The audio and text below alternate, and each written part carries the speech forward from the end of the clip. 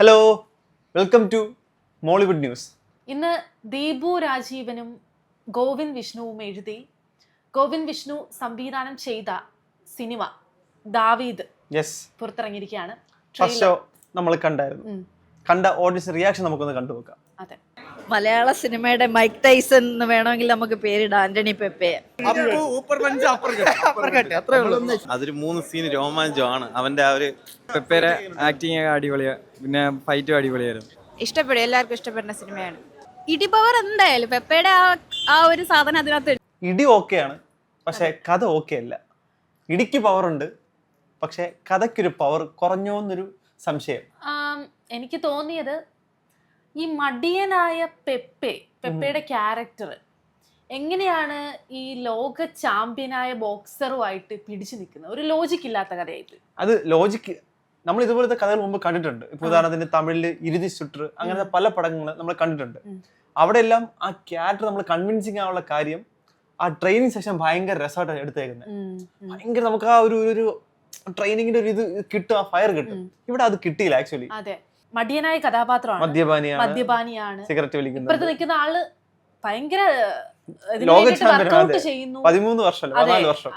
ഇങ്ങനെ ഒരാളെ തോൽപ്പിക്കുന്ന ആ കഥാപാത്രം കുറച്ച് ലോജിക്ക് ഇല്ലാത്ത.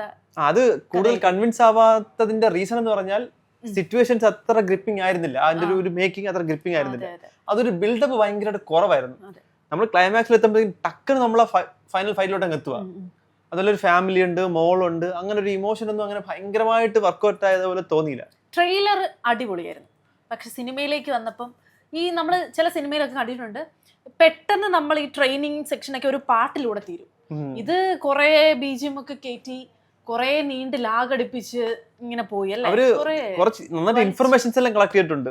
മറ്റേ റഷ്യൻ ഫൈറ്റിംഗ് എന്നൊക്കെ പറയും, ഇൻഫർമേഷൻ എല്ലാം കളക്ട് ചെയ്തിട്ടുണ്ടെങ്കിലും പക്ഷെ സ്ക്രിപ്റ്റിന് ഒരു പൂർണ്ണത ഫീൽ ആയില്ല. പക്ഷെ അപ്പോഴും വൺ ടൈം കാണാൻ പറ്റുന്ന ഒരു സിനിമയാണ്. അതെന്താണെന്ന് അറിയാമോ, ഈ സ്പോർട്സ് സിനിമകൾ എപ്പോഴും നമുക്കൊരു മസാല തരും. കാരണം ഇന്ത്യയിലെ ഏറ്റവും സൂപ്പർ സിനിമകളുടെ ലിസ്റ്റിൽ സ്പോർട്സ് സിനിമ ഉണ്ടാവും.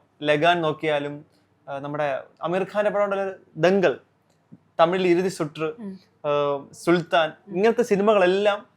അതിൽ ഒരു പടം മാത്രമേ കോമഡി ആയിട്ടുള്ളേ. നമ്മുടെ വിജയ് ദേവരകൊണ്ട ഒരു പടം ഉണ്ടായിരുന്നു, ലൈഗർ. അത് ഭയങ്കര സ്പോർട്സിൽ വന്നെങ്കിലും ഭീകര മതമായിപ്പോ ഒരു പടമായിരുന്നു ലൈഗർ.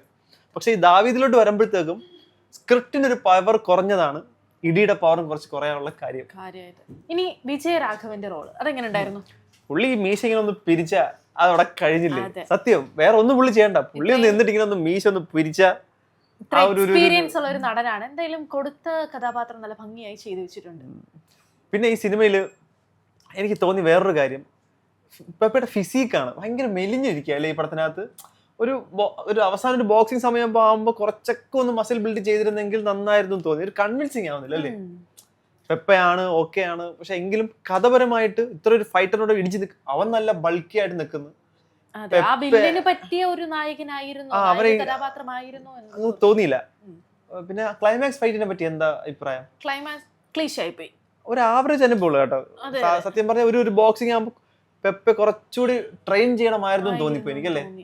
ഒരു ഒരു സിനിമയുടെ ഒരു പഞ്ചിന്റെ ഒരു പവർ അങ്ങോട്ട് ഓക്കെ ആവാത്ത പോലെയാണ് ഒരു ഫീൽ ആയത്. പക്ഷെ സ്റ്റിൽ കണ്ടിറങ്ങിയ പ്രേക്ഷകർ പറഞ്ഞതും കുറെ ആൾക്കാർ ഡീസന്റ് ആന്ന് പറഞ്ഞു, ചിലർക്ക് നല്ല പറഞ്ഞു. അപ്പൊ നോർമലി ഈ വാലന്റൈൻസ് ഡേക്ക് എല്ലാം വയലൻസ് പടങ്ങളാണ്. ശ്രദ്ധിച്ചായിരുന്നു? ഫെബ്രുവരി 14 ആണെങ്കിൽ ഒരൊറ്റ റൊമാൻറ്റിക് സിനിമ ഇറങ്ങിയിട്ടില്ല, എല്ലാം ഇടിയും വെടിയും തന്നെ. അതെ, ഇത് കുറച്ച് വയലൻസ് കുറച്ച് കൂടുതലാണെന്ന് എനിക്ക് തോന്നിട്ടോ. കുറച്ച് ഇടി ആക്ഷൻ സിനിമകൾ ഇഷ്ടമുള്ളവർക്ക് എന്തായാലും ഇത് ഇഷ്ടപ്പെടുമായിരിക്കണം. ഫൈറ്റ് ഇഷ്ടപ്പെടുന്നവർക്ക് ഓക്കെയാണ്. പക്ഷെ എങ്കിലും ഒരു കഥാപരമായിട്ട് കുറച്ചുകൂടെ എന്തെങ്കിലും ഒന്ന് രസമാക്കിയിരുന്നെങ്കിൽ, ഇമോഷണലി കുറച്ചുകൂടി നമ്മളത് ട്രിഗർ ചെയ്തിരുന്നെങ്കിൽ നന്നായിരുന്നു. പക്ഷെ നിങ്ങൾ എന്താണ് നിങ്ങൾ കണ്ട് തീരുമാനിക്കുക, കമന്റ്സിലൂടെ അറിയിക്കുക.